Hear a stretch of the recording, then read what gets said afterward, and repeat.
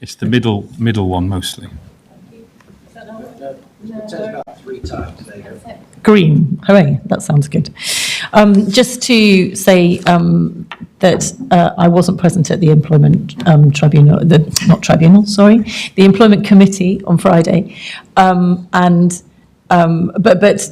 I have since received briefings from the county council person who was present, and therefore, although we have only just received these papers, actually I've been quite well briefed on the whole process beforehand, and I gather it was an excellent afternoon of morning and afternoon of quite thorough grilling of the candidates, and that they were high quality candidates. So just to reassure anybody that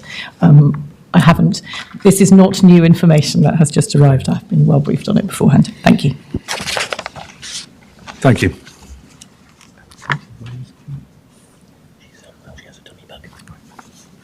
Sorry, I didn't realise this until I started.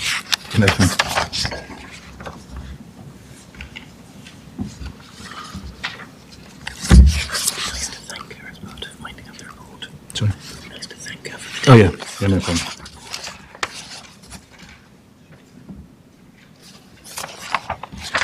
I should also point out, and the head of HR was Karen Gray, was unfortunately unable to present this paper, but in terms of the work that Karen and her team did with regard to the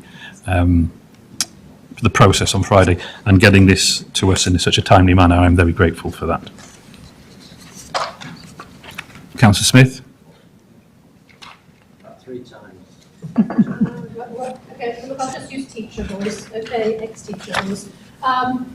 Just to say, it was a robust process. I'm highly supportive of the decision that was reached. The whole thing went slickly. It was very enjoyable. Interviewing the candidates who came, they all had lots of very, very good stuff to offer. But I'm very, very comfortable with the decision that will be asked to ratify today. Thank you. Councillor Bailey. Thank you. I was also very impressed by the candidates that came forward at the Employment Committee, and particularly the one that was selected, which I fully supported.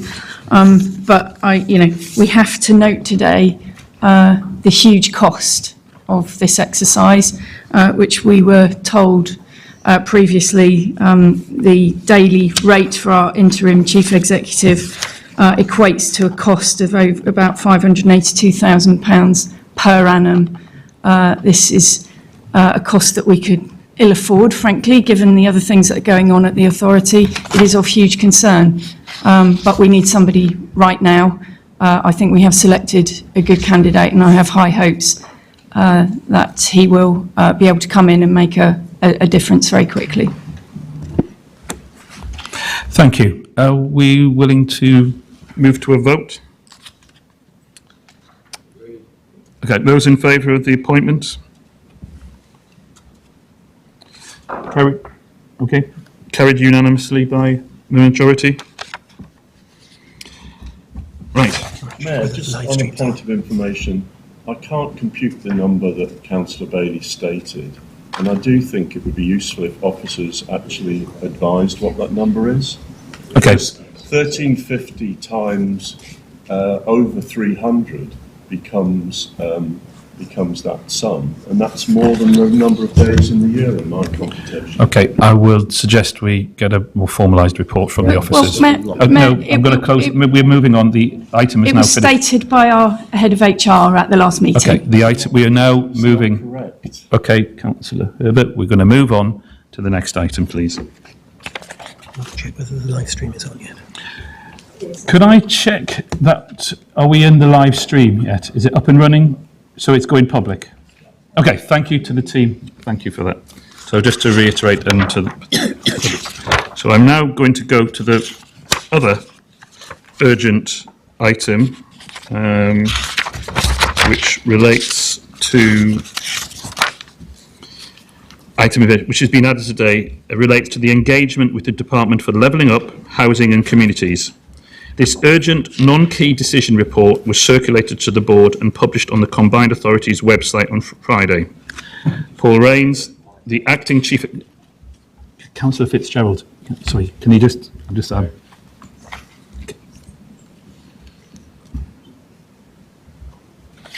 Thank you. Paul Rains, the acting chief executive, will introduce the report.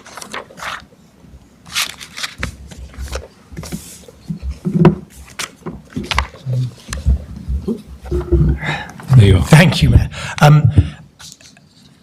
Thank you for that introduction, Mayor. As a matter of fact, it's been put to me that I may have a conflict of interest around this item. I've checked with the proper officers who have advised me that I do not, but it's very important to do everything as cleanly and properly as possible, so I'm going to ask John Alsop to present this item instead of me. Thank you. Okay, thank you. John.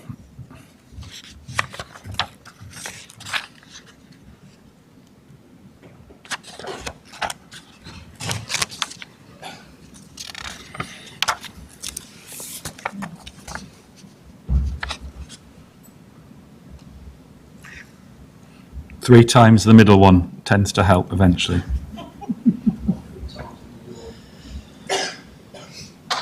There we go.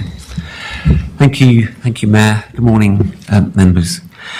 So this paper is to provide an update to the board on officer engagement with the Department of Levelling Up, Housing and Communities, as requested at the extraordinary meeting of the board, which was concluded on the 8th of June, and which followed the identified action by the Combined Authority external auditors in their letter to the chair of the Audit and Governance Committee, that the authority needs to urgently ensure that it has sufficient appropriate leadership capacity to be able to deliver its objectives and statutory responsibilities.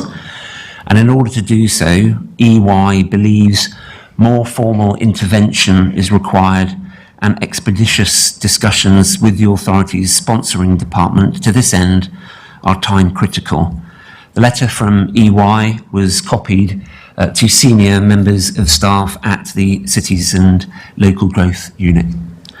The auditor's letter is shown at Appendix A and was copied to members of the board, attached to a letter sent from the chair of the Audit and Governance Committee to the Mayor on the 7th of July.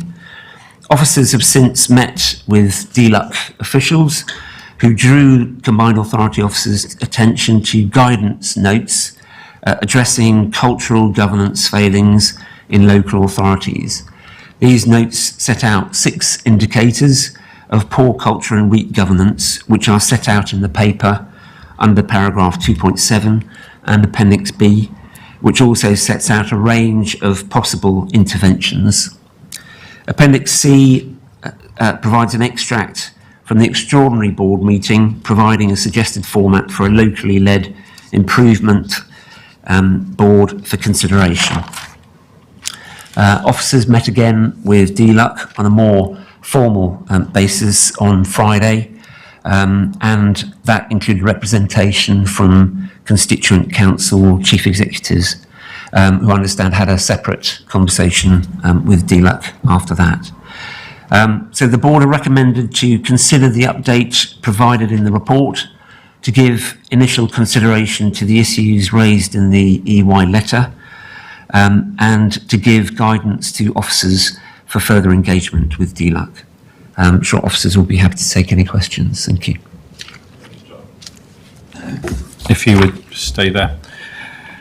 The meet open for discussion. Councillor Smith. Thank you. So there's a couple of issues here. So there's another paper that runs on 9.1. It doesn't say whether it says interim arrangement. It doesn't say whether it's an appendices. I presume it is. And it also doesn't have authorship on it. So I'd be quite interested to clarify that that is an appendices and what the authorship of it is as well, please. This board has not taken a formal decision as yet to create a locally led improvement board.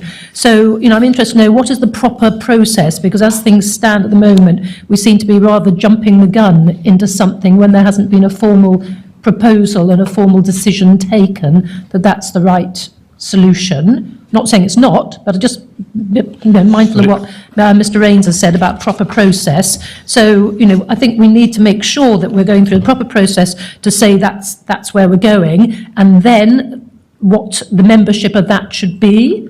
So, we just seem to be putting carts before horses. And then on one specific in, where is it? Yes, in what I'm assuming is an appendices on the fourth page, 11.4.2, I would like that removed. I think it's really inappropriate that that section is there, 11.4.2. Okay, can I come back to John as the officer presenting this? I appreciate you could maybe answer some of those questions. Thank you for the succinct, just for the record, I'm trying to make sure to make this meeting move smoothly. I kind of would ask people to avoid any repetition. We keep things succinct. We need to get through a lot of agenda items in order to get some important stuff discussed, particularly for all areas of our combined authority. John, are you able to come back yet? Okay. Yes, thank you. I'll try and go through those questions. So the first question is about the appendices. I think there are three there. One, which is the letter which was written by EY to John Pye. Yeah. The second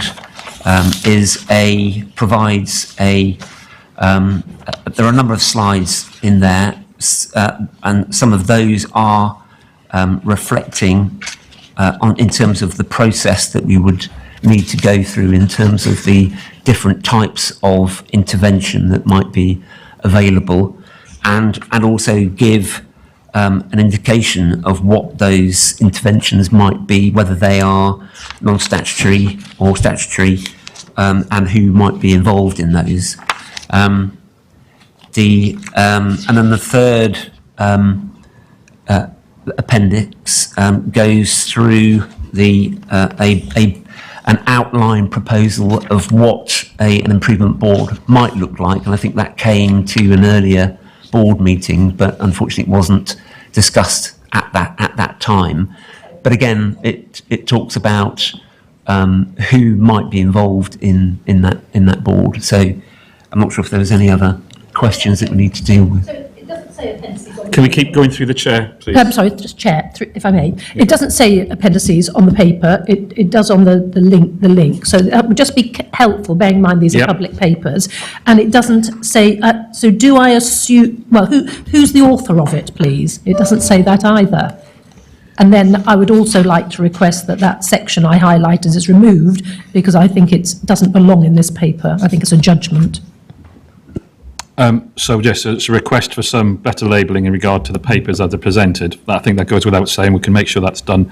There is this question about particularly what would you were classing as Appendix 3, the description of the improvement board, is the authorship. Can you clarify who the author is? I'll have to check actually, but this report obviously was originally authored by Paul Rains of the team chief Okay, executive. well, I appreciate Paul's recused himself. No, but that's yeah. Okay, fine. We need to investigate that further. Over to you. So So that the section that I think doesn't belong in this paper shouldn't be there. I feel very strongly about this because I think there's a judgment being made here which doesn't belong in this paper, and I think that section 11.4.2 needs to be removed. It's a consideration. So to you, John, as presenting this paper, a request from a board member, that could it be removed? I mean, others may want to disagree, but shall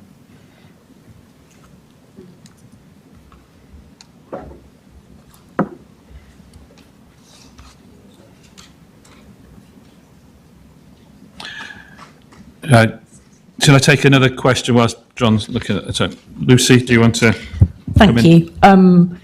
It's about the same appendix. So the fundamental question we're being asked here, I think, is to set up an improvement board. I'm very happy that we should do that. I think Bridget is right. We need to go through the right process. I think bringing a paper to this meeting to say that we're going to do that is the right process. So I hope very much that we will make that decision today, because I think it is urgent that we do that. Because I think we need some structures around how we are engaging with DLUC and how we're engaging with the partner organisations. And I hope very much that this improvement board will allow us to set up those structures. I think I'm going to also focus on composition 11.4. And the first sentence there is the improvement board would comprise of 11 members and could include a combination of. So I'm slightly confused about why one of those is definite and one of those is possible. And I think it would be helpful to be clear that what the intention of this paper is to start the process of setting up that improvement board, and all of the ways in which that improvement board is who makes up that improvement board are yet to be confirmed and will come back to this authority. And I think that is the intention of this paper. I'd just like us to be very clear that that's the intention of the paper, that the decision we're being asked to make today is to set up an improvement board, and the makeup of that improvement board will be discussed at a future meeting. The recommendation is C, give guidance to officers for their further engagement with DLUC. So there is sort of the whole... Fine. So that is part of the thing. If I could just continue, sorry. I think there are some elements of what's in this composition that I suspect that would be agreement around the table on. I think it is important. It has an independent chair. I think the engagement of the LGA would be extremely helpful and useful, and I think that the involvement of the constituent authority chief executives and of board members, all of that is very important and useful, and we wouldn't want to do anything that didn't include those elements. The exact makeup of those elements, I think, is probably for a future meeting, and it's so. I just wanted to give some feedback on that, if that's helpful. Thank you, Lucy. Can I suggest, rather than maybe debating the very fine detail, we just need to agree the principle today, as you kind of allude to, and that the paper is clear that this paper is illustrative. I can see Councillor Bailey wants to come in. Yeah, thank you. I think we need to be clear about what the recommendation in the paper says. It actually says the Combined Authority Board is recommended to consider the update and give initial consideration to the issues raised in the Ernst & Young letter of the 1st of June. So I think we need to focus on that. I think there's some really important elements raised, and I want us to come on to those perhaps after these initial comments. But the first thing I want to say is that I think it's a matter of huge regret that we are discussing this item before we've heard from our Audit and Governance Committee, who's had its meeting deferred to the 30th of June. And I think it would have been very helpful that they are considering the Ernst & Young letter in detail. I believe it's the only item on their agenda on the 30th, if I'm correct. And I think it would have been very helpful to have their view to the board. I'm on public record as saying that I think it was wrong to reconvene this meeting prior to, the chair of our Audit and Governance Committee wrote to the Mayor asking him to consider deferring this meeting for a period of 2 weeks, but essentially the thrust of that idea was so that a thought-through paper could be sent to the Audit and Governance Committee about how to respond to the situation we find ourselves in. And John Pye said that he felt the same arguments applied to the CA board and recommended that the AGM be deferred accordingly. There are items on our agenda today that I don't honestly feel we're in a responsible position to discuss, given the serious nature of the issues in the Ernst & Young letter, particularly around our financial sustainability and our financial position. We're being asked to commit considerable sums of funding. So I think we're in a difficult position. I think it would have been helpful if we'd heard the Audit and Governance Committee's views before. I'm actually quite surprised, given the content of the Ernst & Young letter, that, Mayor, that you're even feeling comfortable being in the room, because the Ernst & Young letter does talk about the behaviour and integrity of key individuals in the Mayor's office, which you preside over. And I'm not convinced it's appropriate to even be in the room, frankly. If I just can come That's in, something that think I we- do wish to discuss. Councillor Bailey, Mr Chair, I think we have to be a bit careful about making statements alluding to things that have been investigated later. I absolutely accept that, Mayor, but we are being asked to consider the... Councillor Bailey, monitoring officer, can you clarify on that point, please? Well, sort of, into mentioning about the sort of investigation and the time frame, yeah. I'll try to answer some of those queries if I may. Thank you, Joe. So on the time frame, completely noting your comments, Councillor Bailey, due to availability, obviously you remember the previous meeting, we did a commitment that we would try to get a meeting before the reserve date or within 2 weeks. Due to availability of board members, this was the only option available at that time, which unfortunately does fall before the Audit and Governance Committee meeting. In regards to the additional point on the EY letter, we have to remember that the EY letter is about bringing attention to a potential serious risk, but they have not yet made any conclusions. But they're obviously fulfilling their duty of making us aware of a potential risk. We obviously need to make sure that we don't go into the detail of any ongoing matters or investigations, but obviously we can make reference to what's listed there on the paper. Thank you, Jodie. Indeed, we're asked to consider the points in the Ernst & Young letter, which is what I'm keen to do, and I do note that our interim chief executive has decided not to take part in discussing that paper or even introducing it. So I just find it surprising that when one of the points in the Ernst & Young paperwork raises significant questions about the integrity and behaviour of key individuals in the Mayor's office. Councillor Bailey, that you have repeated the same point again. Can we move on? I'm giving you time thing. Please, we have an important meeting. We've got to go through lots of agendas. Please do not keep repeating. Right, well, thank you very much. I've made my points, and I'm sure we'll come on to, I hope we'll be addressing the points in the Ernst & Young letter in due course. I mean, I haven't finished, because we're asked to consider the points in the EY letter. Moving to Professor Neely. Oh, sorry, Professor Neely. Councillor Herbert. So for clarity, in terms of the covering report, we will be agreeing effectively another recommendation, which is that we progress proposals for an improvement board to be established. And in that way, membership of it and some of the detail will be reported back. Just in terms of having this meeting, I think first of all we have been making progress. We've got a proposed interim chief executive, and the report says that individual is expected to start early July. We've known for a while that we've been under-resourced at senior level, and we've known for a while that there have been issues of leadership, and that there was likely to be a resignation of our chief executive. So it's not as if some of these issues are new, but it is right, I think, that we meet today. It is right that we've already commissioned our officers to start a dialogue with Deluxe. So we do need to progress these. So I'm looking forward to listening to the Audit and Governance Committee when it meets on Thursday, but I do think the board needs to get on.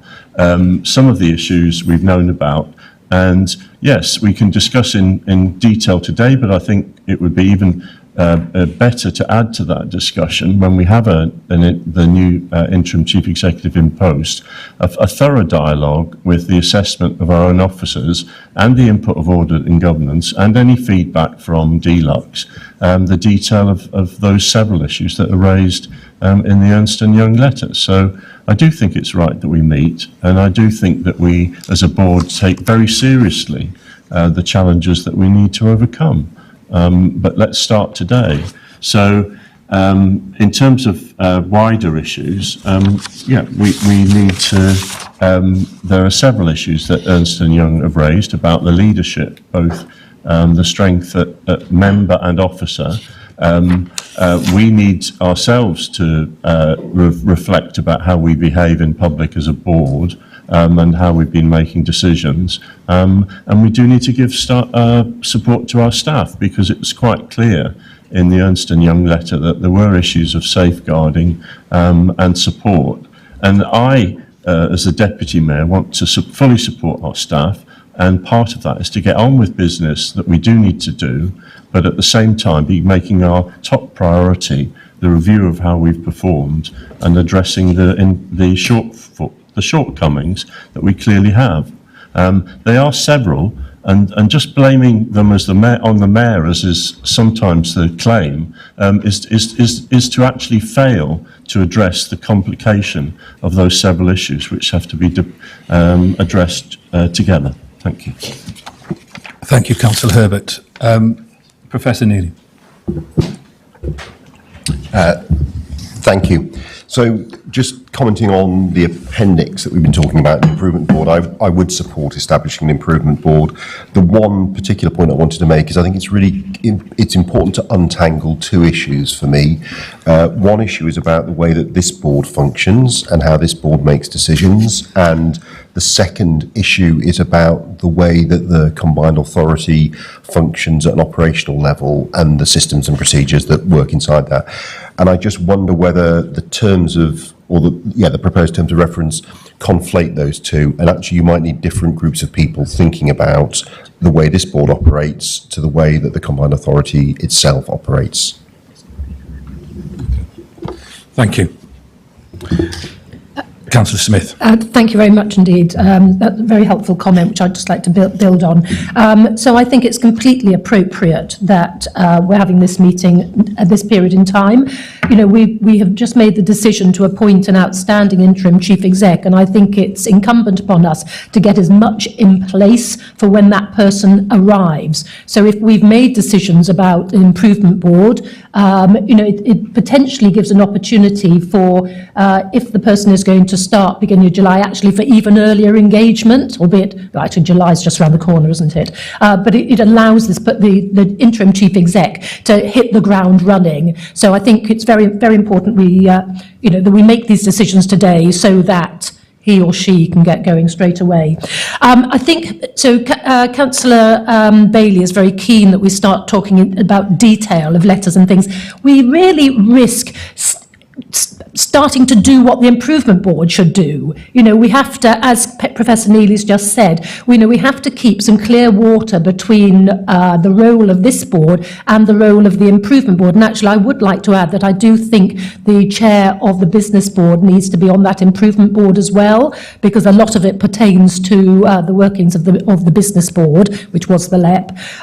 So I think if we start interrogating details of Ernst Young letters and so on now, we start to do what the improvement board should be doing, and we risk predetermining things and not allow it and hamstringing them so that they don't have a free rein for a completely open and transparent conversation about it. I think on that note, actually, I would suggest maybe see how the board feels about it, but I would suggest an extra proposed new recommendation be to request officers working with DLUC and the LGA to progress the concept of an improvement board. And I'm just looking for anybody, because I would like to put that down as an amendment. Is that okay? Okay, so just to request the officers working with DLUC and ALGA to progress the concept of an improvement board. I'm conscious, Councillor Comboy, Councillor Fitzgerald. Do you want to speak, Councillor Fitzgerald? Thank you very much. I disagree with what Bridget just said, on the basis that, why is it on the agenda then? I don't understand. Somebody must have put this on the agenda for discussion. If it's not to be discussed, why is it on the agenda? Bizarre. Look, we are in a very sad state of affairs that we find ourselves in. And I'm not going to talk too much because it's actually pointless. But I would draw your attention to one of the main things in the judgment. And you were chairing the meeting, Councillor Herbert, and I expressed concern in that meeting, as did a number of others. And I know what the auditor is concerned about. Weaknesses we have observed in how the extraordinary meeting of the authority board makes informed decisions. We're doing exactly the same and we're continuing it. We're making papers up on the fly, on the hoof. This is entitled Engagement with DLUC. It's got a number of things as recommendations. Consider this update. Okay, I've considered it. I'd already written down D, actually, so I was going to suggest, because you're right, we haven't made a formal decision as a board to move forward with an improvement plan. Now, mostly it's laid out in this paper how we might do that. So yes, I'll be supportive of it, because we need all the help we can get. And believe me, I said at the last meeting, I'm wholly supportive of the combined authority as a board, but we have some serious issues to fix, and there's no point in trying to keep dodging them in public. If it's not here, or we shouldn't discuss it, why is it on the agenda? This letter is a public letter that sets out serious concerns about a whole range of things. And I don't want to wander into investigations and code of conduct issues. Those things aren't for me to discuss, and I've made that perfectly clear. Now, the auditors flagged it, and it's ongoing, but there are plenty of other things in this letter that we as a board should discuss publicly, and it seems to me it's trying to be stifled.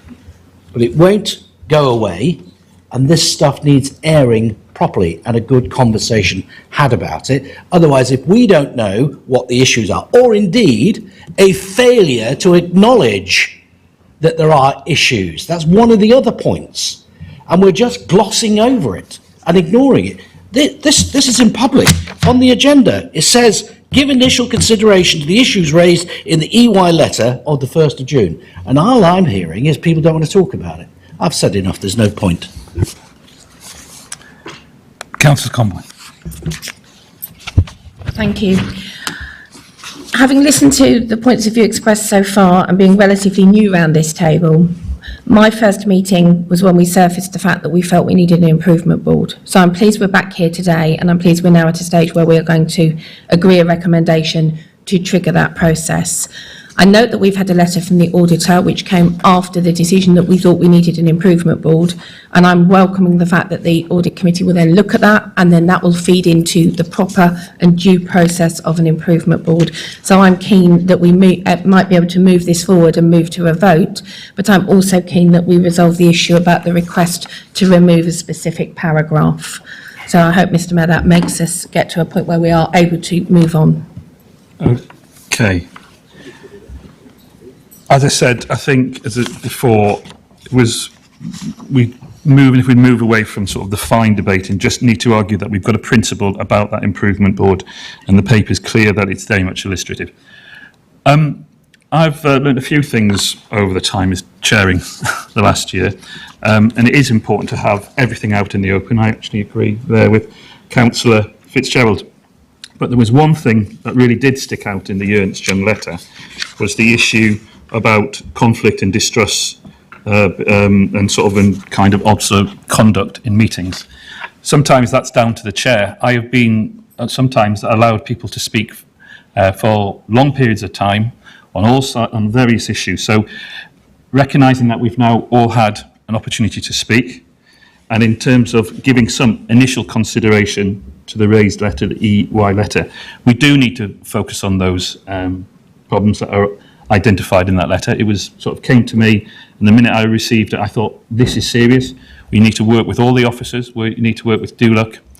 So I'm now ready to move on with the new recommendation. I think we've had enough discussion about it, and I've had enough. Excuse me, Chair. I would like to ask some questions about the EY letter. Councillor Bailey, we have had. Can I make one point, please? Can I make one point? No, you can't. Councillor Bailey. Mayor, please. No, We've been asked by Ernst & Young. We are under. Councillor Bailey, will you? Mayor, please. No. You're refusing to discuss it. I would like to discuss one thing about the Ernst & Young letter. I think it's very important. We're under scrutiny by Ernst & Young. We've been asked to consider the Ernst & Young letter, and I have a question, about a legitimate question about it. A particular item you want to mention on that? Yeah, so I would like to understand more about the vacancies and the issue of the costs that we're On the facing. question on that, on the vacancies. Well, I've got two questions about you the asked Ernst & for Young one, you letter. asked- I've given way. One, Are you going to let me no. examine the Ernst & Young letter or not? No, we have given initial consideration to its I haven't. I did say The that I would board- like to ask some questions about the Ernst & Young The board has letter. given initial Can consideration. I ask for a view from the monitoring officer? Okay, so it's obviously the responsibility of the chair for the management of the meeting, and in the constitution under proceeding of meetings 13.6, the chair has the discretion to determine the time permitted for speeches and the number of speeches to be made by any member or officer. Therefore, it is within the chair's discretion to allow people to speak, following obviously the key principle that everyone has had that opportunity to speak and contribute to that debate. Thank you. However, you had a specific question, so I will happy to give you that opportunity, Councillor Bailey. So with I've got- regard to the vacancy. So two questions. No, on one. Well, I'd like to understand the likely cost of the employment-related claims so that we can make informed decisions about the rest of the agenda today. And I would like to ask some more information about the current level of vacancies in our staff recruitment plan. We're carrying 36 vacancies in the organisation. 3 are among the top 5 posts, one of which is obviously the statutory post which we're dealing with. And I understand we're advertising for 33 new recruits. So I'd like to, for the board to examine and understand what we're doing about those vacancies and how we're going about filling those and the likelihood of success. Thank you for that. Councillor Bailey, did you want to come in with regard I was to- just going to say that I think that to fully examine all of those would take quite a long time, and I'm not sure that we have the relevant information at this point Or anyway. indeed- And I'd like to suggest that we take that as something that gets responded to outside the meeting. Indeed, knowing that we don't actually have the lead for human resources. A point of clarification. What you've just done is the first time you've ever done that and introduced new rules. So I'd like in future, no, hang on, if there is a time limit about who can speak for when, just like in my council, you're allowed a time limit. I'd like to know what it is and whether it applies to all the meetings, because we've never done that before. I have not introduced new rules. It's in the Constitution. It's just on this occasion, knowing that we have some important issue, particularly for Peterborough, in terms of funding costs, I am absolutely determined to get through the agenda in a timely and effective manner.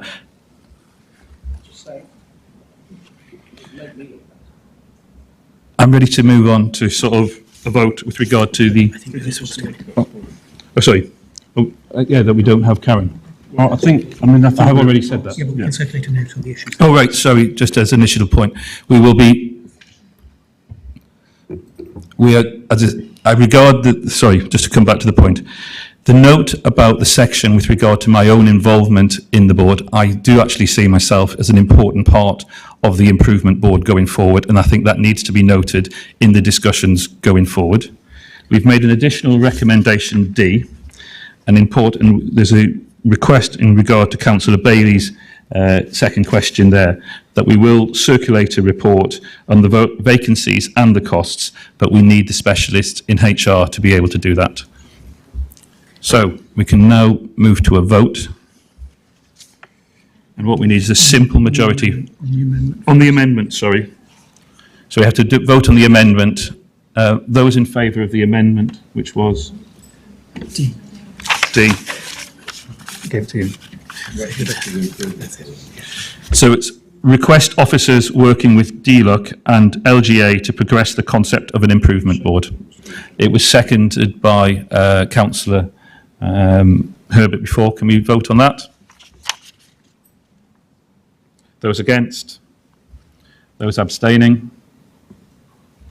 Okay, so we'll now move to the whole paper. So we want to go for the vote.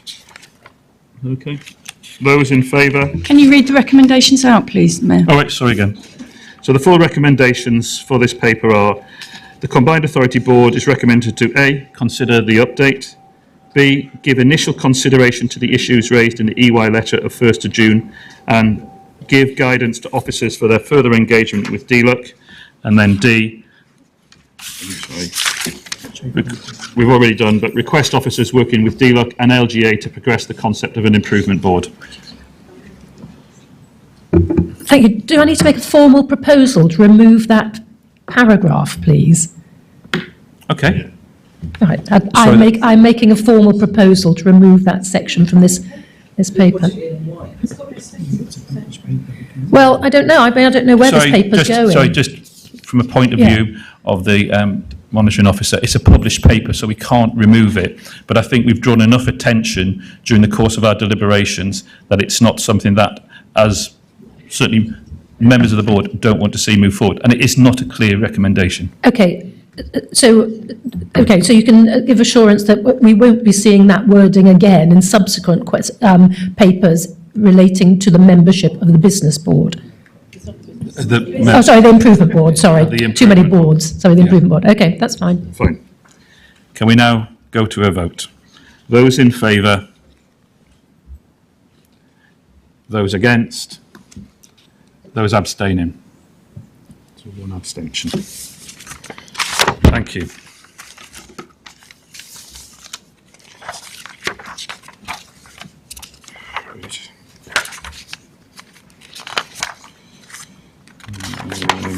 Right. So the proposal now would be to jump to part 3 of the agenda, and particularly to run from 3.2 through to 3.6, which are combined authority decisions. We will then come back to the mayoral decisions, which are a more historical issue. So I'm going to jump to 3.2.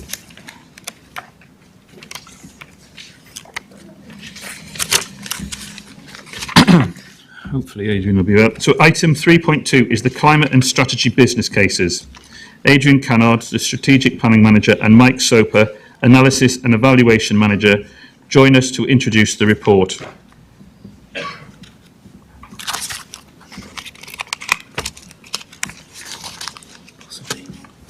Hopefully, please.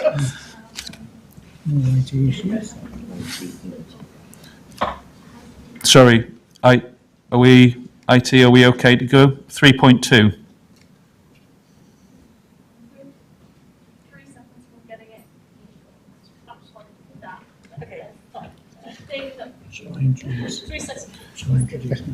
Yeah,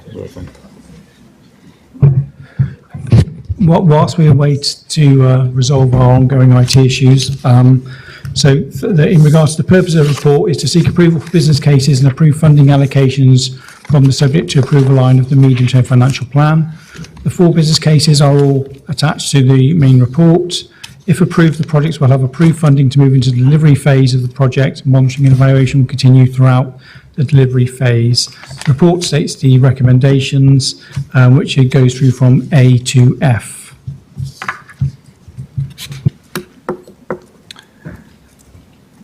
Any update?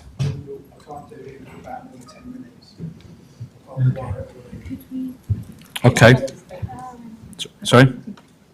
The board have had these papers in front of us for a while, so we could just discuss them. I'm happy to. All right. It would be, obviously, Adrian and the team have done a lot of work about it, and hopefully we'll have them come in to maybe answer any questions, but in the course of time, does anybody, shall we just move on, as we've all had these for some time and we're well aware of some of these cases? Does anybody want to open up the discussion? I'm just quite, sorry.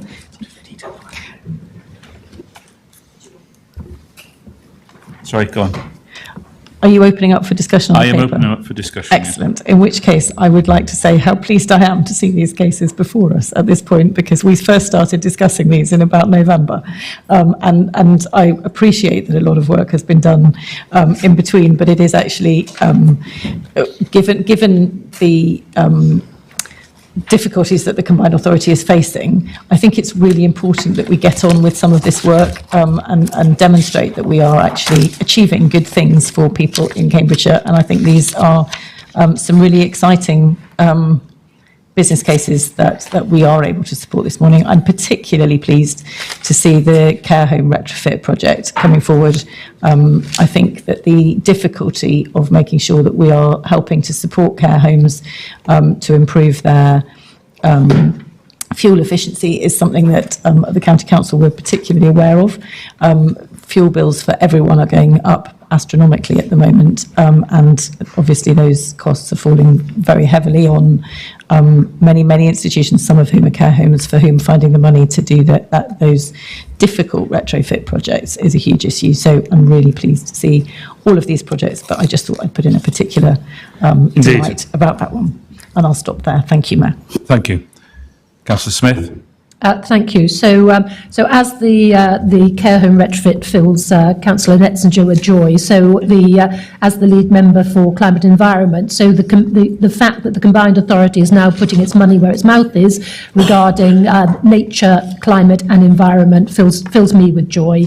Particularly, investment in Natural Cambridgeshire, who are a partnership of all the best people in the field in this area, and I think showing that we are committed to the work they're doing will really start delivering very, very significant results throughout the whole of our area. So I support these very enthusiastically.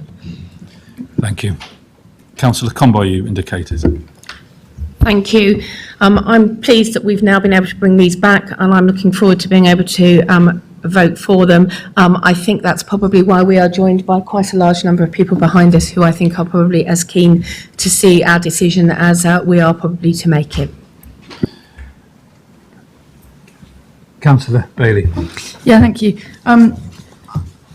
I support individual climate change projects, absolutely. I think it's very unfortunate the way that these came forward, because I think it's resulted in a set of proposals that isn't geography-wide, and I think that's unfortunate. I don't think they're benefiting Fenland or Peterborough in any way, or East Cambs. I mean, obviously, ones like the care home retrofit is geography-wide, but there's a lot of specific ones in there.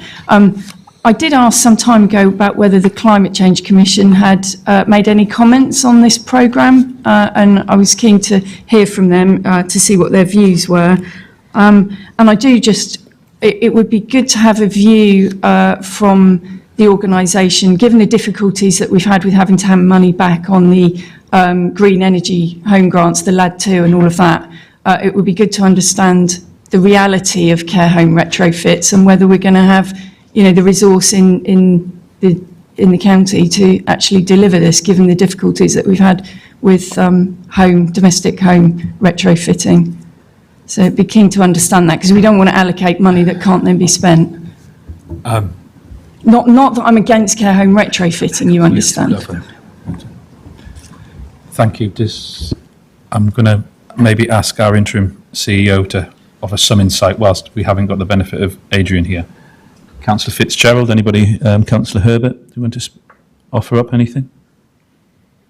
Professor Only a slight concern, like Anna. I'm fully supportive of it, but my team in the north of the county felt they didn't have enough information or were not invited to submit specific projects. But maybe there might be opportunities in the future, because I'm willing to accept that, and that's what I'll report back to them. Mayor, if you're in agreement that we should further and progress more of that type of work, but I share those concerns about geography in terms of making them a wider remit across the county. Thank you. Professor Neely. So Councillor Bailey asked the question that was uppermost in my mind. I'm absolutely supportive of the cases. We would just like reassurance that we've got the resource to progress them, and if not, what the timing is when we would actually start them. Some good questions. I'll hand over to Paul Rains. Thank you, Mayor. So, range of questions there. I mean, firstly, just a general point which comes back to the point Councillor Netzinger made about the time it's taken to bring these forward. That's of course, because we comply with our assurance framework, the Treasury's Green Book, and these have all been through the necessary gateway stages to allow them to get to the point where we can give you in these papers assurance around value for money to enable you to make a robust decision to release the funding. So I thought that was probably just worth saying in the context of the earlier discussion. The Climate Change Commission is aiming to produce an annual review of our progress in implementing its recommendations, and at the end of the mayoral term to produce a big stock take. So we haven't been taking their advice tactically on individual projects, but we're expecting our progress to be reviewed as time goes on as part of that process. On the county-wide point, I suppose there are two things to say, one of which is I have been encouraging the team throughout to identify, as they develop the business cases, opportunities for at least the learning from individual projects to be shared more widely, but there have been some tweaks to individual projects to try and draw in a wider geography. And to Councillor Fitzgerald's point, obviously some of this, because it was a bidding-based process, remember this is just one set of packages among all the other things that were in the MTFP, and perhaps a fuller geographical assessment of the MTFP would provide a slightly different geographical balance than this one, I think. For example, Peterborough was much more active with economic development and transport bids through that bidding process. And finally, and this is very much on my mind, the point about delivery capacity is very well made. We are recruiting internally to an extra post, as Councillor Smith knows, to support the climate change effort. But also, and you'll see as you look at the business cases, and if you wanted to go back and look at the project initiation documents, the delivery arrangements around these are much more strongly based on partnership than perhaps has been the case in the past. So a lot of these will be delivered with and through. So, for example, the care home retrofit, the nature project in Huntingdonshire and so on, there'll be a lot of involvement. Some of the projects with Cambridge City will be delivered in partnership with officers from those councils to make sure the capacity is robust. Mayor, if I may, just one point of clarification, Paul. The team in Peterborough, I forgot, sorry. The Net Zero Communities project, they've been unable to get clarification from CPCA officers whether that scheme would be accessible to the rural communities in Peterborough. They've asked me to seek clarification. They've tried, but not got any. So if somebody could address that, which is, they're saying it's accessible to rural communities within Peterborough, but unable to get that clarification. Okay, somebody could reply that. Yes, I'll make sure somebody replies, but the intention is that that is an area-wide scheme. That's definitely an area-wide scheme. They just need that I think that's points made. Obviously, for all the hard work that has been done by staff, particularly led by Adrian, but I also would acknowledge Paul Rains's work. I feel I have to really, really say thank you for all the work and support and taking the ideas brought by constituent councils and also the mayoral office to kind of look and prioritise climate and a strategy around how we deal with the climate crisis. So it is real pleasure for me now to be able to go to the board, moving these report recommendations from the chair. I'm looking for a seconder, which I'm going to take as Councillor Bridget Smith, as lead member for the environment. Can we move to the vote? Those in favour of these recommendations? That is a spirit of unanimity, togetherness. And we'll now move on to considering some funding arrangements for not just across the county, but more specifically around the Levelling Up Fund Round 2. This item has several appendices which are exempt from publication in Part 1 of Schedule 12A of the Local Government Act, 1972, as amended, in that it would not be in the public interest for this information to be disclosed, information relating to the financial business affairs of any particular person, including the authority holding that information. Does any member of the board want to discuss the exempt appendices? No. In that case, Anna, you're already there. Anna Graham, the Transport Programme Manager, joins us to briefly introduce the report. Over to you, Anna. Good morning. The purpose of the paper is to provide a summary of the Levelling Up Round 2 transport bidding process and to seek approval for the recommended transport bid to be progressed and submitted by the 6th of July 2022. The fund will prioritise places in need of economic recovery and growth, regeneration and improved transport connectivity. The funding is capital and can be for a project with a value of up to 20 million, but in exceptional cases, large transport projects will be considered with a value of up to 50 million. The combined authority is eligible to put forward one transport-only project. In April, the combined authority wrote to its constituent councils seeking transport bids and outlining a SIFT process, including SIFT criteria. 2 transport proposals were put forward to the combined authority for consideration. Both proposals were assessed in line with the SIFT criteria. The 6 capitals, as outlined in the Sustainable Growth Ambition Statement, form the basis of the SIFT criteria, with additional consideration for deliverability. The Peterborough Station Quarter, on average, scored highest. However, the Peterborough Station Quarter programme is challenging and extends to the maximum time allowed, by exception within the funding prospectus. It is recommended that the Peterborough Station Quarter is taken forward as the Combined Authority Transport submission for the Levelling Up Round 2 Fund. Thank you very much. Thank you, Anna. Opening up debate, possibly Councillor Fitzgerald.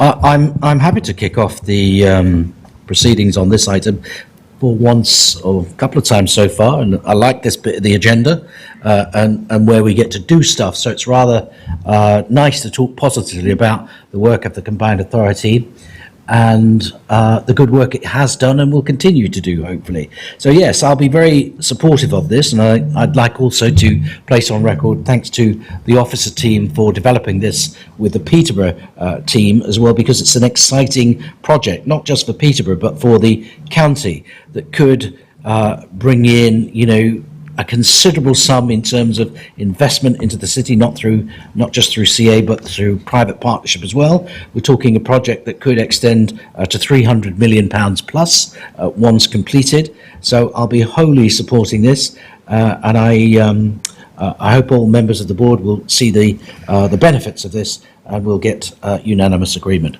I won't take any more time, Mr. Mayor. For completeness sake, I should also say I'm moving the recommendations from the chair. I'm assuming you'd want a second, Councillor Fitzgerald. Yes, I'm happy to second it. In fact, thrilled. Okay. Councillor Bridget Smith. You meant, through you, Chair, so it seems like the delivery time is challenging on this. Could I have a little bit more detail about that, please, and what happens if it looks like it's going to go over the allowed time? Okay, so in the funding prospectus, by exception, you can have a programme that extends to 2026, and the Peterborough programme for the station quarter does extend to that full amount of time. It is delivered in stages, but we are looking to work very closely with Peterborough as well as with Network Rail. There's already a steering group set up and everybody engaged in ensuring that we can deliver on time.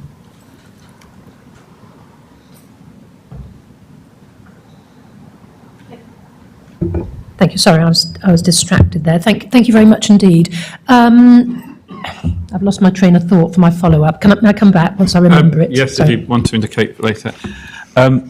You might have to think quickly because I can't see anybody else who wants to say.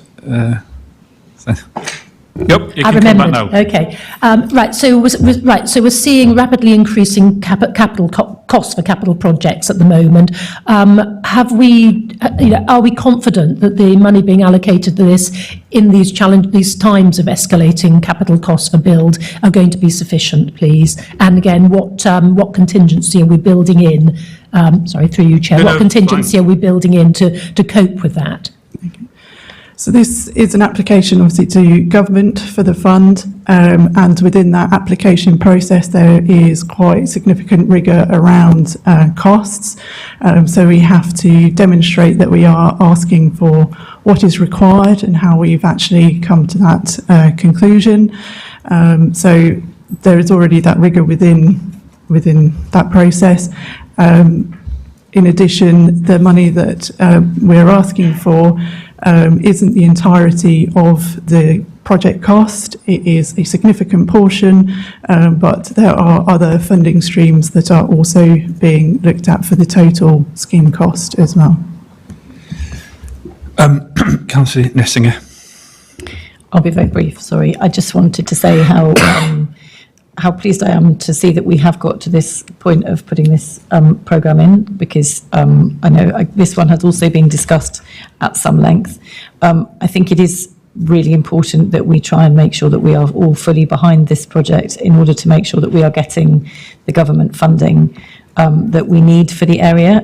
This is supposed to be levelling up, and and there's no doubt about it that levelling up for Peterborough City Centre is a really important thing for the whole of the Combined Authority. Peterborough has been one of the most successful areas from the Combined Authority, and it's great to see the university kind of being built and I hope thriving. I'm going to be really interested to see what their student numbers are in the coming weeks. But actually making sure that we continue that work is really crucial, and seeing the unanimity around this board to support that, I hope will be noted by government when they're looking at how successful we are in bringing forward these kinds of projects. So great to see this going forward. I hope it is successful with government. Okay, I'm looking around. If you want to come back. Just a very quick comment to allay some of Bridget's fears. We deliver in Peterborough. We've got a strong track record of delivering growth, regeneration in Peterborough. This is a big project, and I can't say how much it will change the landscape of the city in that station quarter.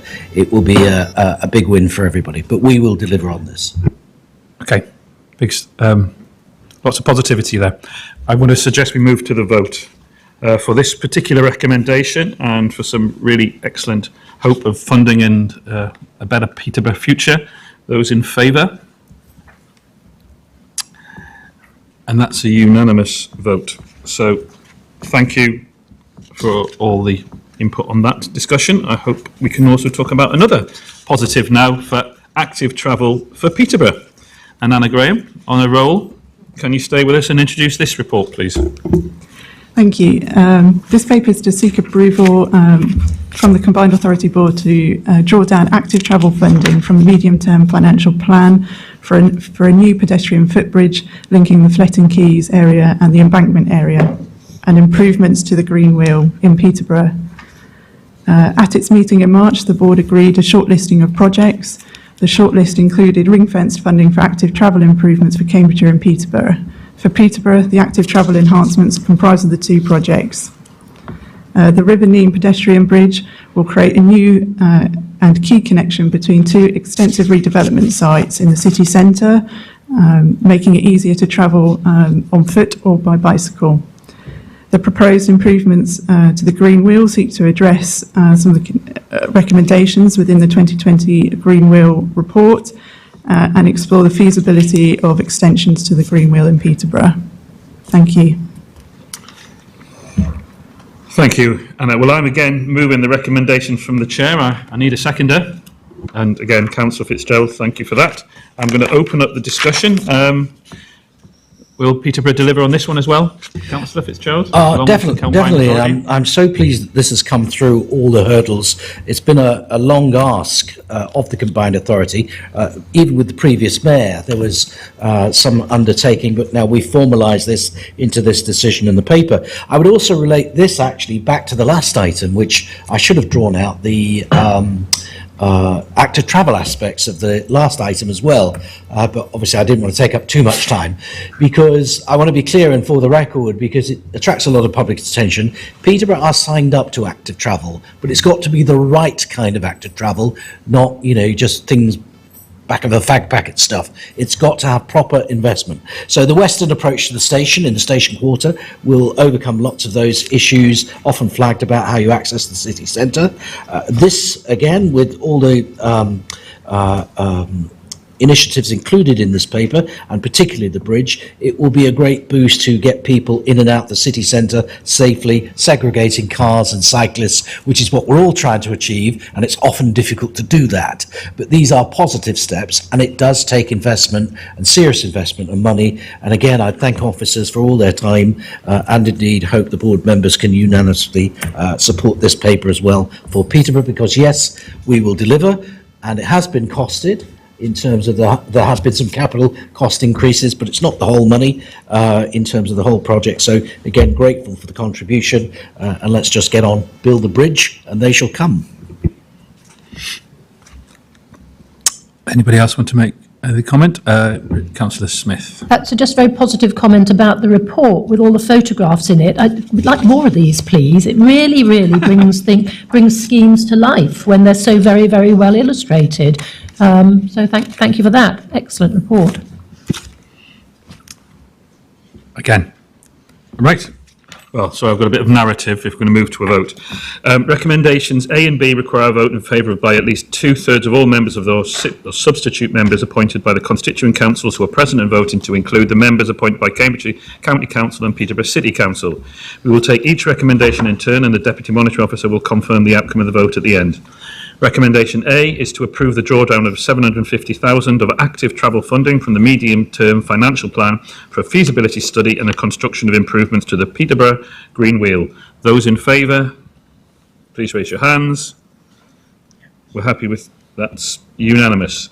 Recommendation B is to approve the drawdown of £3,427,800 of an active travel funding from the medium-term financial plan for a full business case new pedestrian footbridge linking Fletton Quays and the embankment area in Peterborough, subject to the Department for Levelling Up, Housing and Communities approving the town's fund bid. Those in favour? Unanimous. And then recommendation C, to delegate authority to the interim head of transport in consultation with the chief finance officer and monitoring officer to conclude a grant funding agreement with Peterborough City Council to enable work to progress. This requires a simple majority vote in favour. Those in favour? Okay. All confirmed. Thank you for that. And item 3.5, sorry, Anna, that was fantastic. Please take away the delight with your report. The pictures were lovely. Thank you. Could it be in colour? Good morning. Item 3.5 is the proposed expansion of the Careers Hub. I've got Laura down, but I can see it's you, Fliss. It is indeed. So Fliss Miller joins us in person to introduce the report. Brilliant, thank you. Good morning, Mayor. Good morning, members of the board.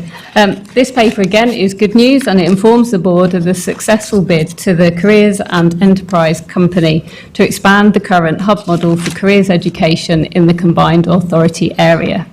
This additional grant will fund 2 new posts, which will enable all secondary schools and colleges within the combined authority to be part of the hub model. This year has seen the successful implementation of our first hub, and we are currently performing really well, actually, in the top hubs within the whole of the country. So it's a good news story. So therefore, the board are therefore asked to recommend 2 proposals. One is to accept and allocate the CEC grant funding of £289,000 for the extended careers hub, and secondly, to approve the recruitment of 2 new positions, one for the ops manager role and the second for the project officer assistant. Thank you. Thank you. Thank you. So, Councillor Singer, as the lead member for skills, I'm sure you want to say something about it. I do indeed. I'd say this is a really good news story, and it's part of a much broader general good news story for the skills bit of the Combined Authority, who have been doing an amazing job in both bringing in new funding from outside and using the funding that they have really effectively. So I want to say a massive thank you to Fliss for all the work that she's done on this, bringing it to this point, but also kind of over the last several years, really making sure that our skills department in the Combined Authority is one of the best in the country, and it really is.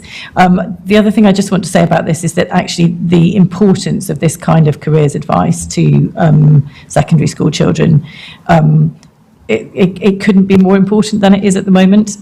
We are in the middle of a skills crisis in this country. We really, really need to be encouraging young people to make the right careers choices, the right choices about what their futures are. And there are lots and lots of amazing opportunities out there, but making sure that young people understand what those opportunities are at the right times when they're making those decisions is something that hasn't been going as well as perhaps it might. So it's fantastic to see that this Careers Hub model is being so successful. So yeah, totally good news and brilliant. Thank you, Fliss. Councillor Singer, you are moving the recommendations as the lead member for skills, but you certainly have me as a seconder. Can we now just open up the report to any further discussion? I'm happy to agree straight away, but I'm obviously... Okay, fine. If we want to move on, it is, as you say, a good news story. So can we move to the vote on this? Those in favour? That's unanimous. Thank you. So, Fliss? More good news, maybe? Multiply Local Investment Plan. Our Interim Associate Skills Director, to give you a full title, joins us to introduce this report. Thank you, Mayor. So again, another good news story, which will see us receiving an additional circa £4 million for the delivery of the Multiply programme. So this paper includes a draft investment plan for the Multiply programme required by the Department for Education for submission on the 30th of June this year. Multiply is a programme which is funded as part of the new UK Shared Prosperity Fund, and the main objective is to increase the levels of functional numeracy across our adult population. The combined authority have been allocated £3.9 million over the 3-year programme, and the investment plan is the vehicle to draw down these funds. There are a number of interventions that are proposed, targeting our most in need individuals and communities.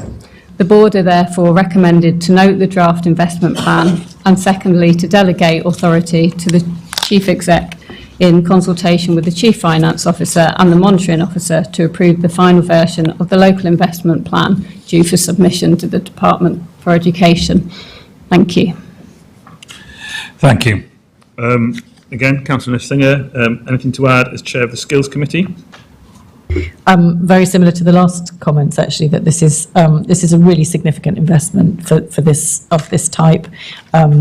It would make a huge difference to how much we can do to try and improve numeracy qualifications in partnership with lots of organisations who can help us do that.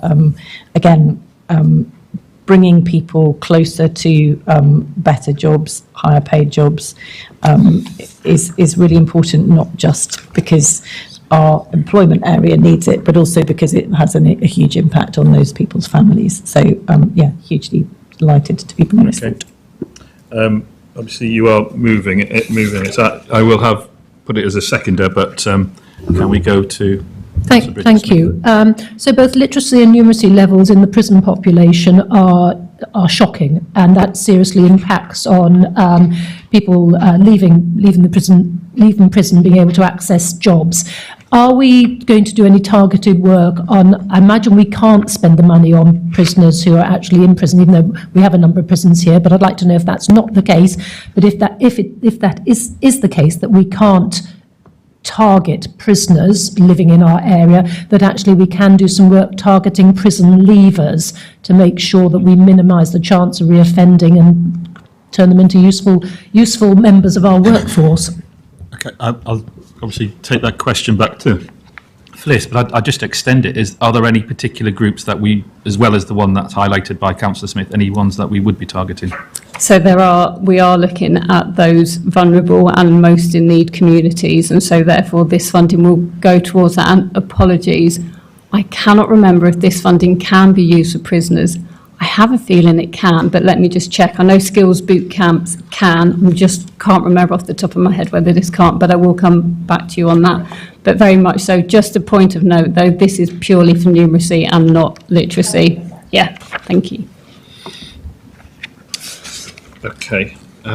Any further? We'll move to the vote. Thank you. I'll get there. Okay. Those in favour of, once again, this report and recommendations.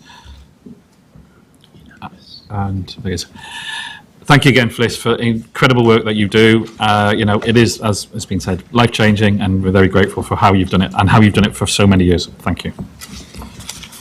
I'm going to move on to part 4 now, the business board recommendations to the combined authority before returning. So part 4 of the agenda contains recommendations which are being made to the combined authority by the business board. I would remind members that when the combined authority takes decisions as accountable body for the business board, it is committed to acting in line with our assurance framework in the interests of the Cambridgeshire and Peterborough area as a whole, and taking decisions based on the recommendations of the business board.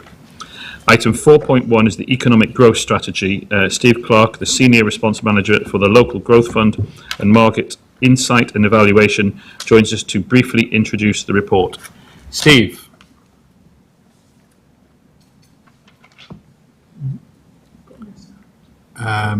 Okay, Steve, we can't hear you at the moment.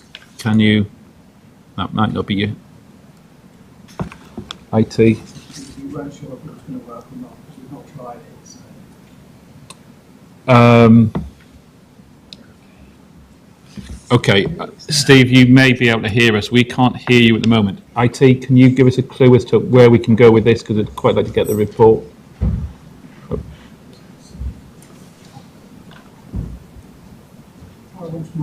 Can we try again, Steve? Steve, we're not hearing you at the moment. We can go to the... Should we move on then whilst we're trying to resolve the Can we... Come back to this item?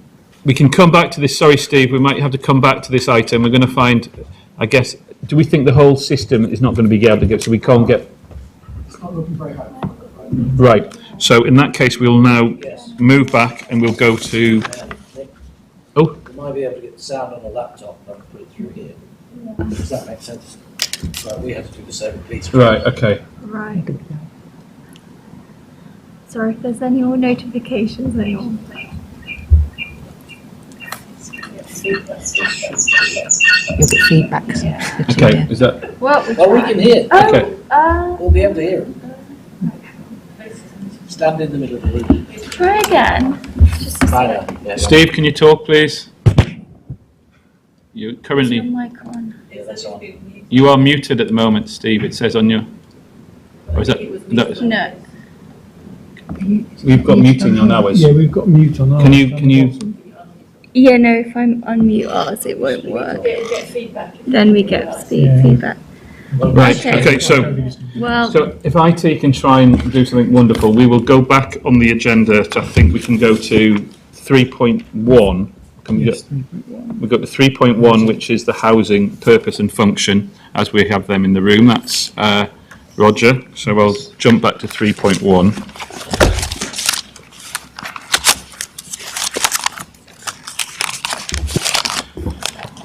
Roger, sorry, I'll get my...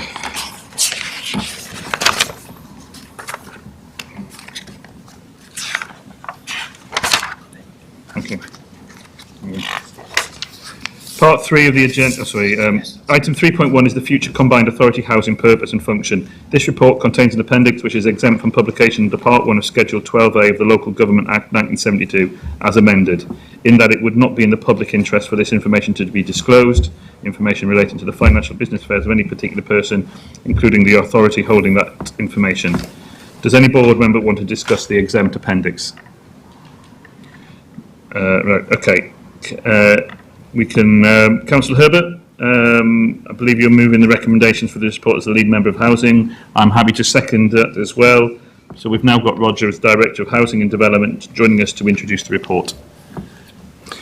Thank you, Chair, and good morning, members. So the paper is to look at the Combined Authority Housing Purpose and Function following the closure of the previous affordable housing programme.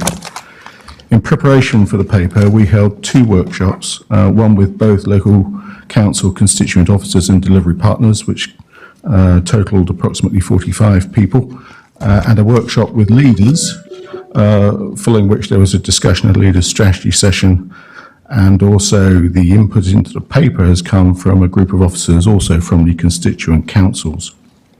The affordable housing programme that ended on the 31st March 2022 achieved 1,449 additional affordable housing unit starts on site. The work associated with that programme has not come to an end, however, and the CA need to monitor the building out of those units alongside managing the payment of grant monies and the return of the loan monies from the previous housing loans, of which there were 5, and I can advise the board that 2 of those loans have now been fully repaid with interest due. Those activities are referred to under section 3.1 in the proposed housing activities, and in my view are essential in maintaining and completing the delivery of that programme. The question then is, what does the housing purpose and function reasonably aspire to be beyond that?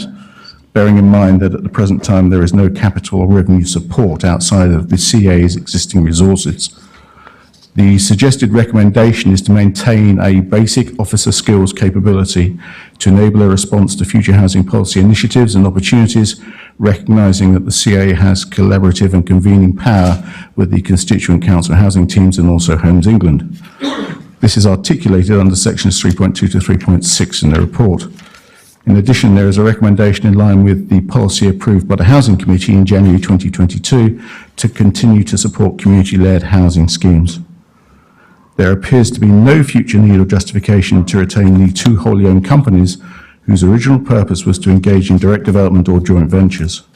Preparations should be made for those companies to be wound up subject to appropriate investigation. Finally, as part of the transformation programme, the Chief Executive should be asked to organise the required resources and skills to enhance the links to infrastructure, growth and skills as part of the Be Better transformation programme. I think that's the end of my introduction. Thank you, Chair. Thank you, Roger. Councillor Herbert, you're moving the recommendation, as I said, and I'm seconding, but would you like to add anything at this stage before we go to a more open debate? Yeah, I think it fits. So in 2017, the Combined Authority was one of a very small number, and most don't take on any housing role, but a small number, and the team has sought to deliver as many affordable housing units as they can. The original 100 million in the end became, I think, unless Roger corrects me, 56 million. But there's been strident efforts since the unlocking of the position at the end of last summer to see if we can maximise it. We have an affordable housing crisis, but we have different challenges in different parts of the geography. And it was a shame also that Deluxe decided to cap the intervention value at 45,000, because whilst that did rightly a lot of good work in the lower cost housing build geographies, it did mean that it limited what was originally the purpose when this fund was discussed, which was to hit the areas which included South Cambridgeshire and Peterborough that had some of the biggest challenges. But the reality, informed by the very useful input from other councillors and wide-ranging sessions that Roger helped organise, is that there isn't a major role. We still, though, need to give real seriousness to the job that Roger outlined. The staff who are overseeing this money, that work goes on for 3 or 4 years. That is public money. Effectively, Deluxe has passported responsibility over to the Combined Authority, and it has to be taken seriously. So I'm open-minded about where that's located and how that is delivered. It could be by way of an agency within one of the other local authorities. It could be continue to be delivered by the Combined Authority, but it really is a vital function, because these homes have not been built, a lot of them haven't been started, and whilst this is in some ways a residual function, it has to be taken very seriously, because it's a lot of money. There's a repayment of loans. There is just the need to get the quality. And you never say never. I mean, Cambridge City has managed to secure some funds from Homes England fairly recently, and we do need to assist if we can. But this effectively recognises that there isn't great additionality other than on skills, perhaps on community-led housing outside of East Cambridgeshire, which does an excellent job on initiatives, or it's got a whole range of initiatives. So I thank the officers for all they've done. We will be taking this report to the Housing Committee on the 11th of July, and those councillors have put in a lot of work over the last few years, and we will be following it up. The work isn't over because of the nature of the different functions, and it could well be that the Combined Authority and other combined authorities do get more say. London top slices several £1 billion out of national housing funding, and it has a combined authority. And it's not impossible that the way that government finances affordable housing may change. But at the moment, there's no point in raising more hope than completing the programme. Thanks. Thank you, Councillor Herbert. So before I open the report to debate, just want to draw the board's attention to the comments made on the report by the Overview and Scrutiny Committee on the 13th of June, which were then circulated to board members on the 21st of June and published on the website. Open to debate. No debate. Okay, so then... Sorry, Councillor Bailey. Yes, I've definitely got some things to say about this. Yeah, thank you. I was just looking at the figures on the what I consider to be a massive success of the affordable housing programme, Roger, and I want to say thank you very much, because the team's worked incredibly hard on it under very difficult circumstances, with something like an 18-month hole blown in the programme. And I think what's perfectly clear from the figures, we delivered in the end 1,449 units, which was 72.5% of the requirement, for 56.1% of the cash. So it was delivering at an average cost of 38,700 per unit, which is incredible value for money that outstrips, Homes England average cost, certainly outstrips the Cambridge City with its expensive land values, and I think is a real success. And had we not had the 18-month hole blown in our programme, I think it's perfectly clear that the programme would have over-delivered. If you work it out, we could have got another 1,136 affordable homes out of the money that was ostensibly left if we hadn't had an 18-month hole blown in our programme. So I think it's right to recognise what a successful programme it was. Delivered under very difficult circumstances.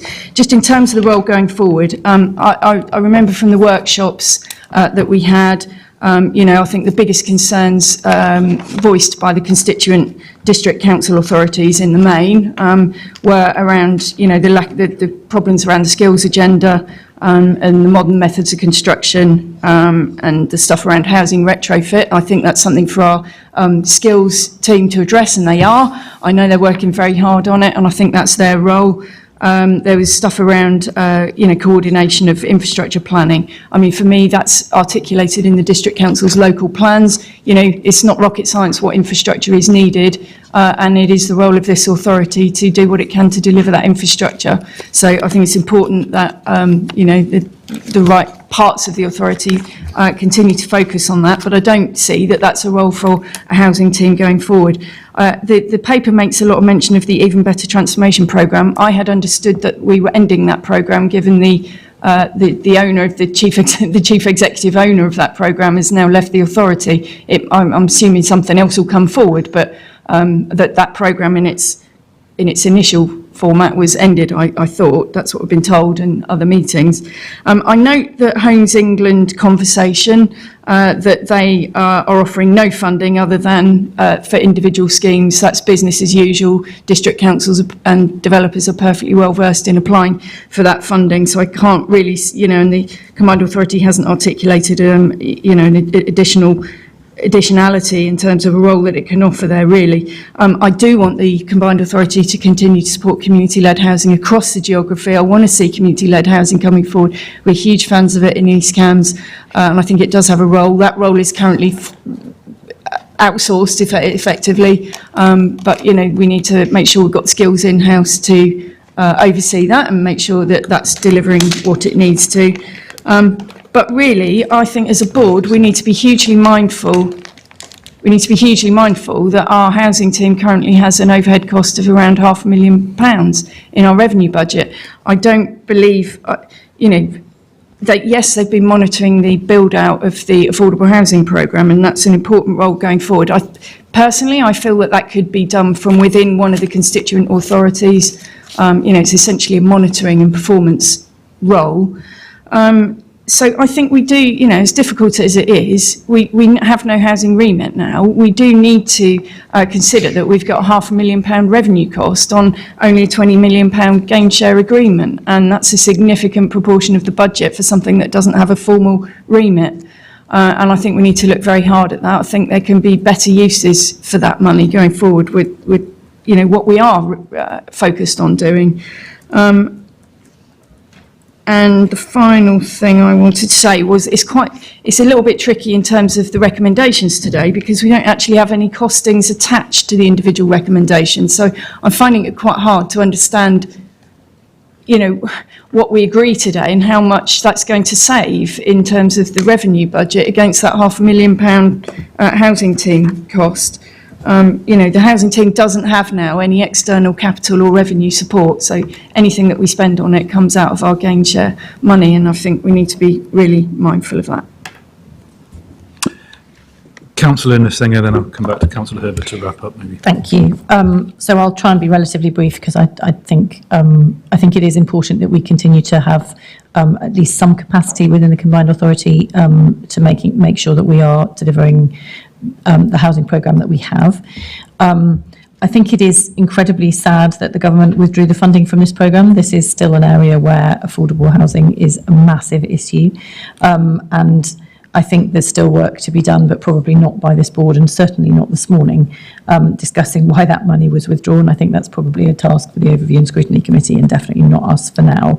I don't want to get into a row with Anna about the success or not of delivery, but I do want to say that it is not at all surprising that the costs of delivering affordable housing vary enormously across the area, given that there is such huge variety in the price of housing and land across the combined authority area.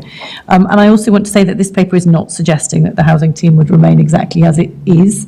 It's quite clear in recommendation D, actually, is it little 3, part of A, that the ask is that the chief executive consider how we best reorganise resources to deliver these functions.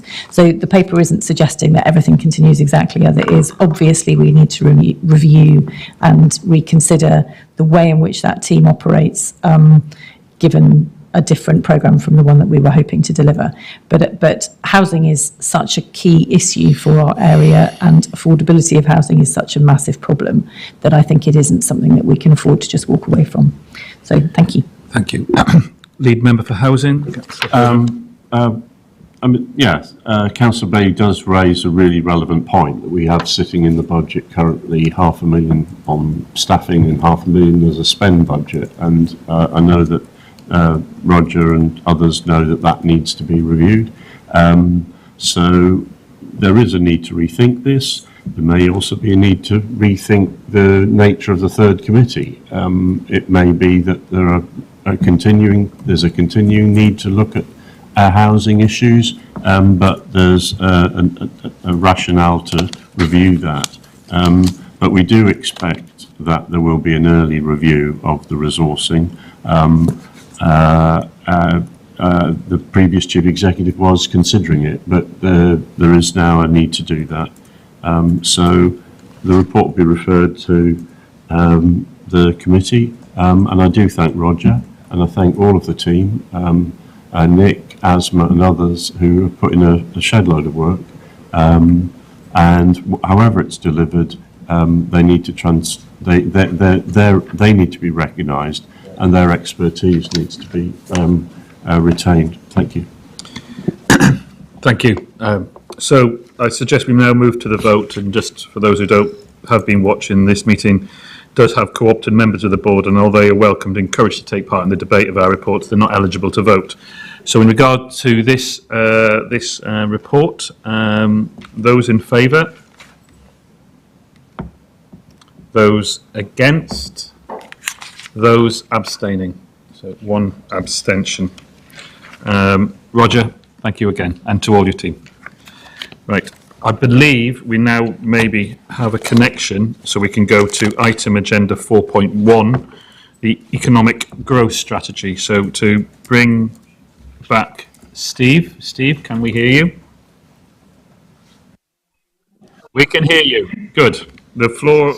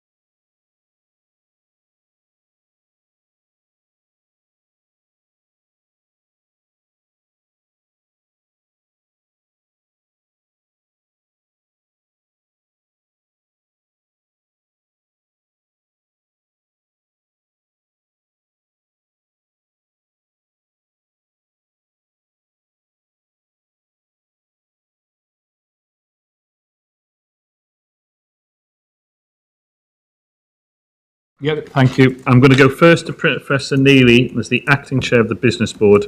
Is there anything you'd like to add at this point? Thank you. So a few things. First of all, just to acknowledge the work that Alan Downton and Steve Clark and colleagues have put into this. I think it's a really good piece of work. As Steve mentioned, we deliberately approached this in a slightly different way. So there was a lot of consultation with local chief executives, local officers, to try and make sure that we develop something that could be widely shared. And I think that's really important. From a business board perspective, the framework that's on, or figure 24, the framework on page 398 of our pack, really starts to bring together priorities across the region in a way which helps inform then discussions at the business board to make sure that we're well aligned with the things that the combined authority would like to do. I do see this as a living plan, and as Steve says, we get updated regularly, and I really welcome the fact that we're having the joint workshop on the 5th of September with the Combined Authority Board and members of the Business Board to talk through implementation details. So I'm very supportive of this. And you are moving the recommendation, to which I am happily to second. And I would also note that this recommendation before us was endorsed unanimously by the business boards. So over to for any comments or questions from members. Councillor Herbert. I really welcome this.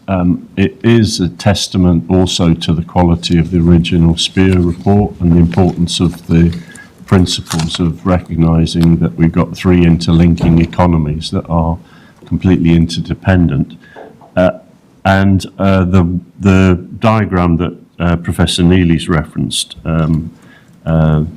figure 24, just is central to it, because it is about quality skills, quality jobs, the recognition of quite a wide range of local places, and tackling inequality and the green and lower carbon economy offering great opportunities. So, as has been said, there's been some really good engagement on this, and it does interlink so many other strategies. So this is exactly where the combined authority should be in bringing together work, and thank you to the business board for all their work on this. Thank you. Councillor Smith. Thank you very much. So very nicely and clearly presented report. I just want to refer to page 22 of the report. That's 396 of our papers. So there's three sections here where the funding source is not identified: digital infrastructure, supporting healthy lifestyles and well-being, and protecting and increasing natural capital. All, really, really important things that play very much into the ability of our workforce to be productive. Can I just, through the chair, like to ask Professor Neely if he thinks that the current discussions around a potential pan-regional partnership between Oxfordshire and Cambridgeshire might give us some opportunity to populate those gaps in the funding?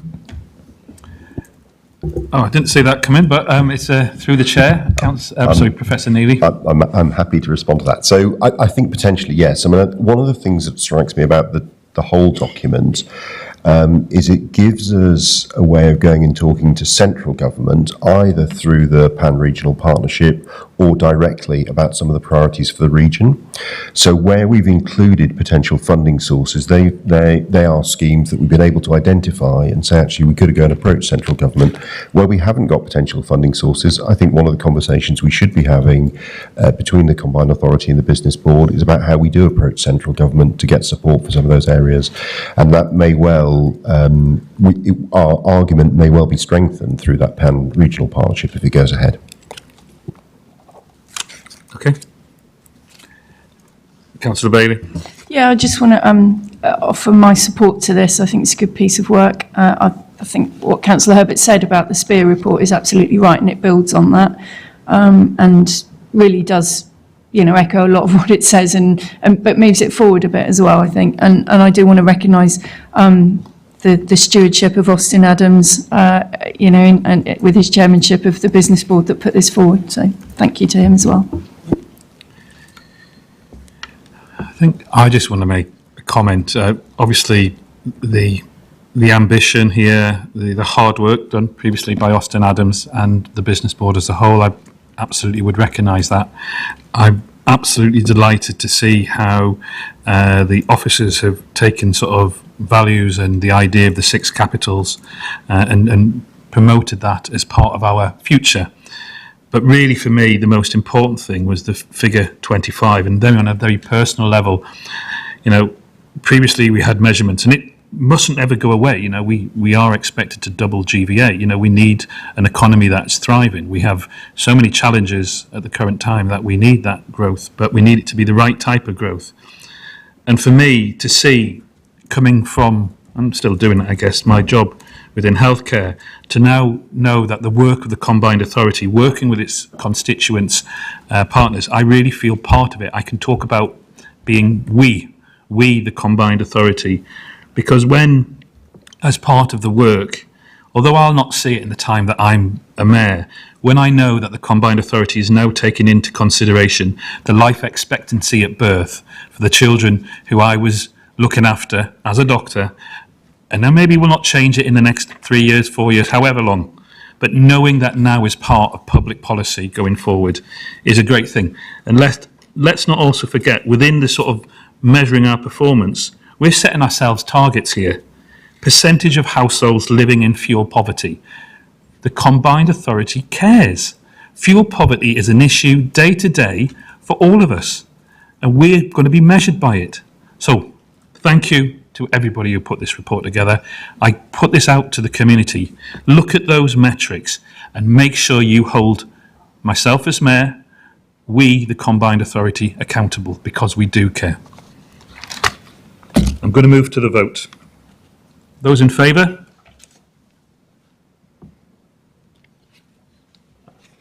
Unanimous. Thank you. So we now move on to the item 4.2, which is the Local Growth Fund Recycle Funding proposals. Again, this report contains appendices which are exempt from publication to Part 1 of Schedule 12A of the Local Government Act 1972, as amended, in that it would not be in the public interest for this information to be disclosed, information relating to the financial or business affairs of a particular person, including the authority holding that information. Does any member want to discuss the exempt appendices? Right. In that case, I believe I'm asking Louisa Simpson, our new Project Delivery Officer, to help introduce the report.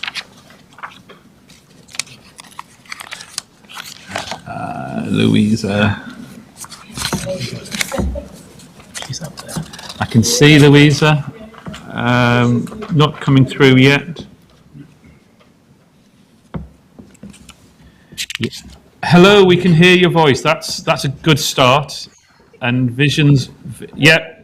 Good to see you again, Louisa. The floor is open to you.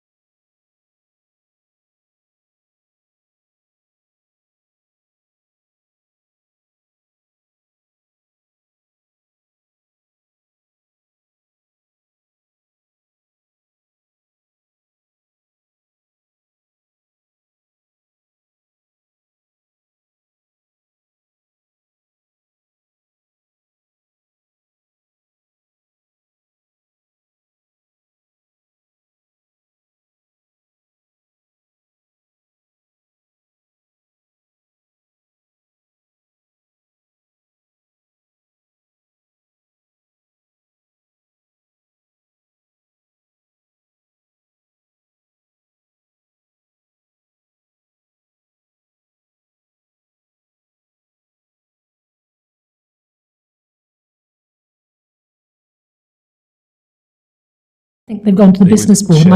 Have they come to all members? Or is it just me? They So were it's just me, is shared it? at the leaders' strategy meeting. Right, They okay. were. It's just me. Okay, don't worry. It's okay, Louis. So there's no further question. There's a question there about had everybody had access to the various appendices, but we have. Have you got anything more you want to say with report? Right, okay, so I'm going to move then to Professor Neely. Oh, sorry. I'm just going to ask Professor Neely, who's moving the report recommendations with myself as a seconder. Would you like to add anything? So I declared a minor conflict of interest on one of these, the first one on business growth, because I am on the board of a company, Cambridge And, which receives some funding from the organisation that would benefit from the business growth funding. I have no financial interest, receive no salary or payments from Cambridge And, but I just wanted to put that on the record. On the proposals generally, the business board was very supportive of them. There's a really rigorous process in place, both with the internal assessment, the external independent assessment, and then the panels when that's relevant. That's not relevant in this particular case, but business board was very supportive of all three of these. Councillor Herbert. I'm not sure my reputation was major, but we did give it good scrutiny at the meeting, and the three projects the process is exemplary in terms of assessment, and these are three really good projects, which will make a big difference. So I accept that this is a process I was outside of before, but I'm impressed having been inside it. Okay, so once again, the recommendations before us were endorsed unanimously by the business board following thorough examination and debate. Thank you also, Councillor Herbert, for those additional comments. Can we move to the vote? The seconder, I'm going to give that to Councillor Herbert. Okay. Those in favour, please raise your hands. Unanimous. Okay, so that's 5. Next is part 5, the governance reports, but I was wondering. You've also got part 2 still to go back to. Yeah, can we go to governance reports and we'll do part 2 at the end? So I think so. So yes. Sorry, I just thought everybody was. I think it would be good for a short break as well. All right. Okay. Fine. My apologies. We're taking a 5-minute break. We'll do part 5 governance reports, and then for those who can stay, just go to those mayoral decisions in part 2. Is that it? Perfect. Well done, everyone. Thank you. Am I beating up? Well, we got those projects through. At last. At last. And I feel.